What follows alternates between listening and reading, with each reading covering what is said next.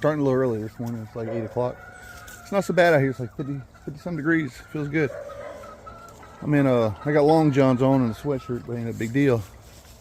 But you see these panels right here.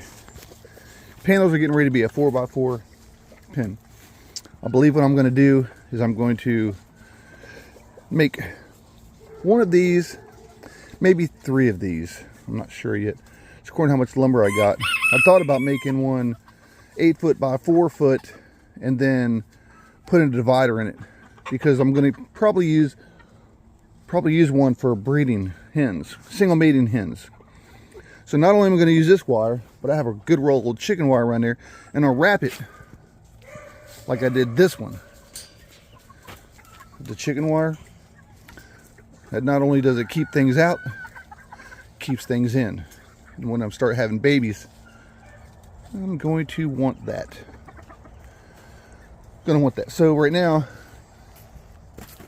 I'm making these pins, they're 4 foot. So you know when you have 4 foot pins that these boards are 1.5 inches thick. So you're going to cut 2 at 4 foot.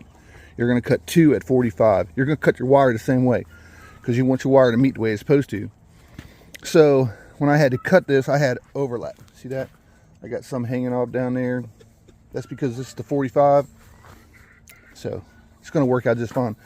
I'm going to go get some screws. I'm going to screw this bottom together, and I'll use some hog rings, and I'll put this wire together on the sides, put a top on it. I have some metal sheets that I'm going to use for tops, just like all the leaves on here. You'll see the metal. I got a bunch of that. So I'm going to make at least 3 of these today. I'm going to get it ready. This cage right here is going to be for my Asils. I've got them in a pen up there. And I've got to have at least 1 pin for my one hen that's single. And that's the way it's going to roll. So here we go. We're going to get this started. Bug's going to oversee everything today, aren't you, Bug? You're going to make sure everything goes right. All my little birds are out in the yard, running around. They're probably getting eaten by a hawk today. I'm glad they didn't get eaten last night. I had to put my Gilliams in their cage, and I couldn't get them in this cage. So they are pretty much roosted wherever they wanted to. But they were all here this morning. I didn't lose anything, and most likely I'll be here today. I'm not going to lose nothing today. But everybody's getting started. It's going to be a good day. We're going to move some things around. We're going to build some things. We're going to get this little area straight. And then I'm going down there, and I'm going to start clearing some land, because I've done about outgrown my place. Any more birds? I'm going to need some more space. I think I can fit what I need to in here for now, just for the time being. Just for the time being. So let's get at it. Whew. So I will reiterate something I want to tell you.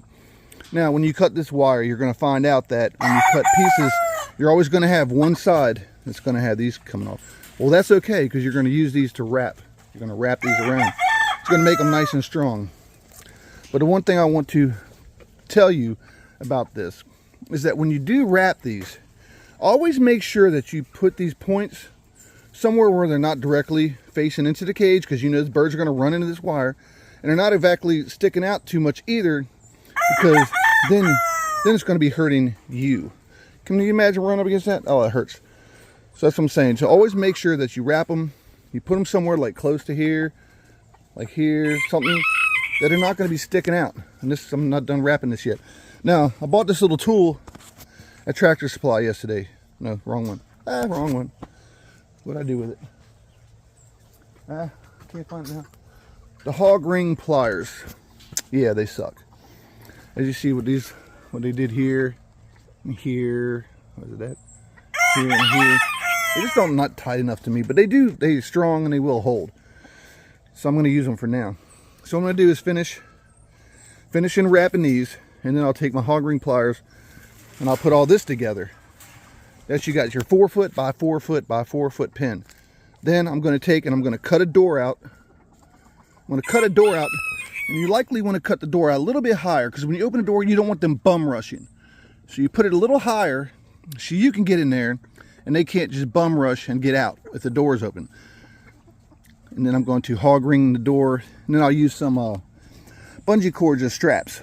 But then again, I have some other things I might try. But that's where we're at right now. I was able to move some of these cages around this morning. I'm going to make as much room as I can. And then when this cage is done, I think I'm going to make a double one that is going to be twice as long, and I'm going to have a separator in it. Just not sure where I'm going to put it yet because I don't have a whole lot of room. I might be able to get it in here, but it's going to be 8 foot by 4 foot. Yep.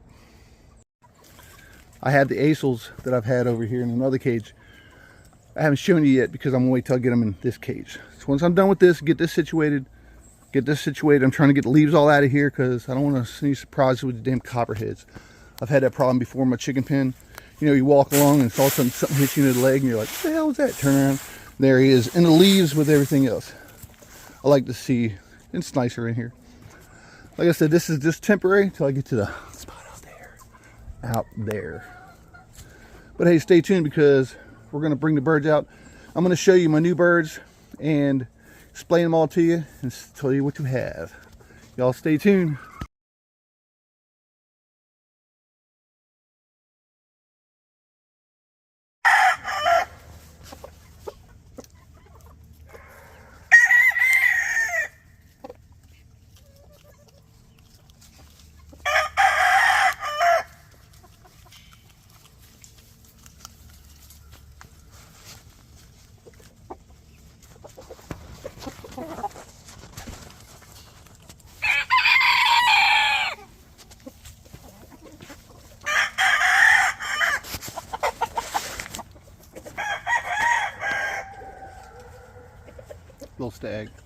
Little stag.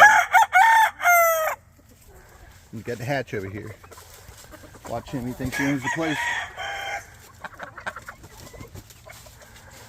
I love my hatch. Leaper hatch. California hatch hen. Here's my little girl. She's got her own little place today. I handled her a lot. She calmed down a whole bunch. She used to just run. Scared to death. Young pullet. Pretty.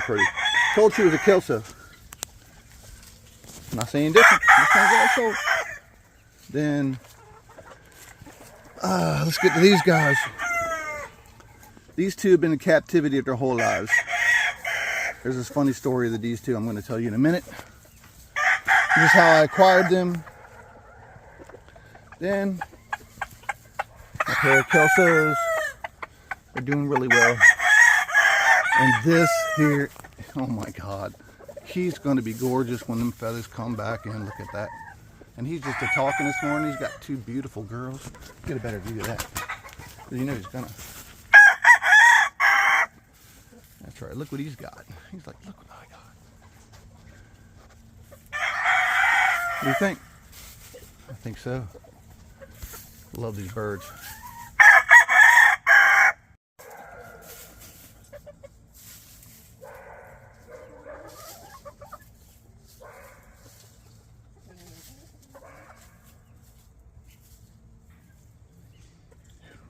When the dogs shut up, you can actually hear my birds talking. Been a long few days. Leave Sunday, I went to Delaware. Went to Delaware Sunday.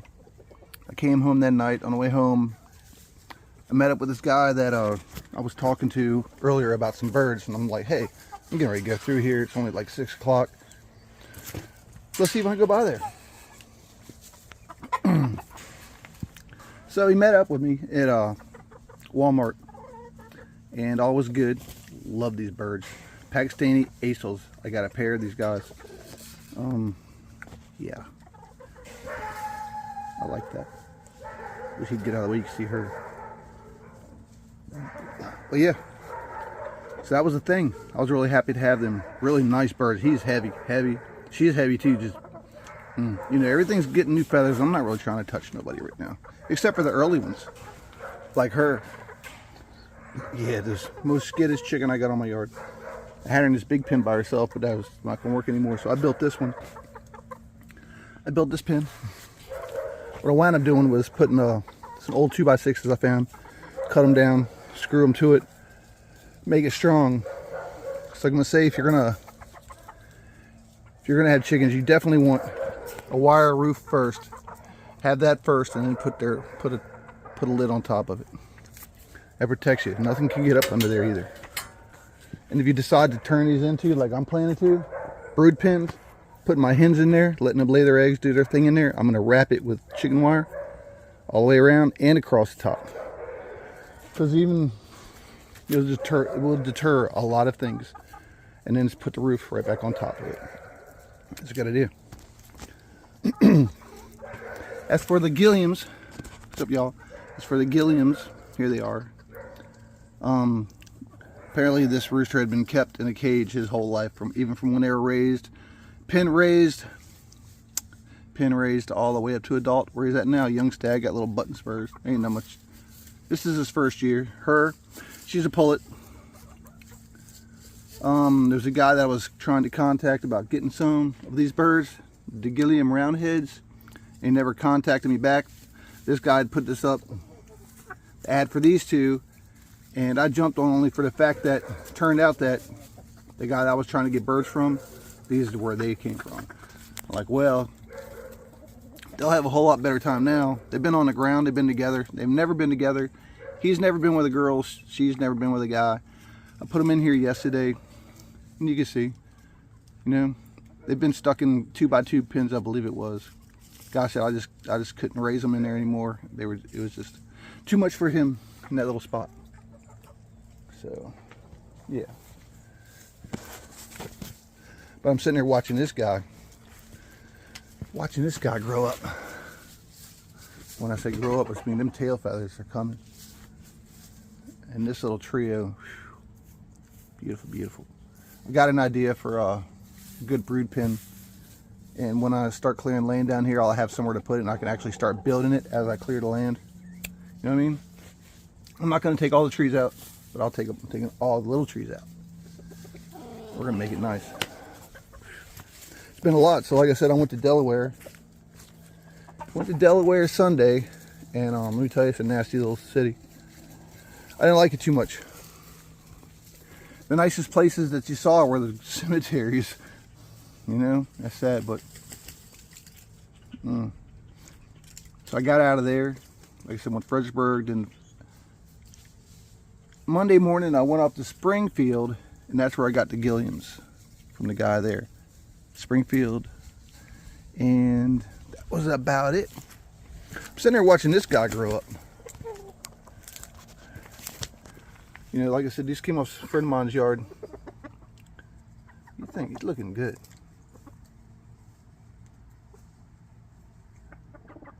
That little thing on her head.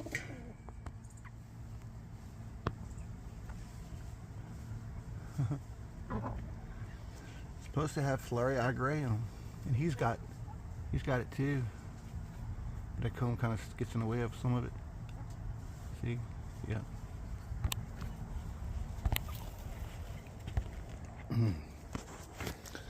And he thinks he's cock of the walk, Mr. Hatch.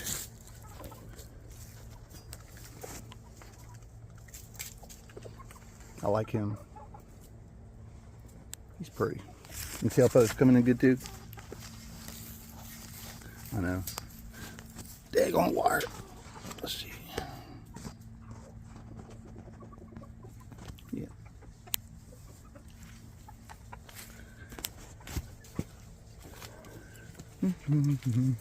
But that's what's going on. Yeah, that's what's going on my little bantams. They got out of the gate here. I opened it up, let them out. They've been all over the yard out here today. Trying to keep an eye on them. Gonna straighten some things out. Anyway, that's what's going on here for right now.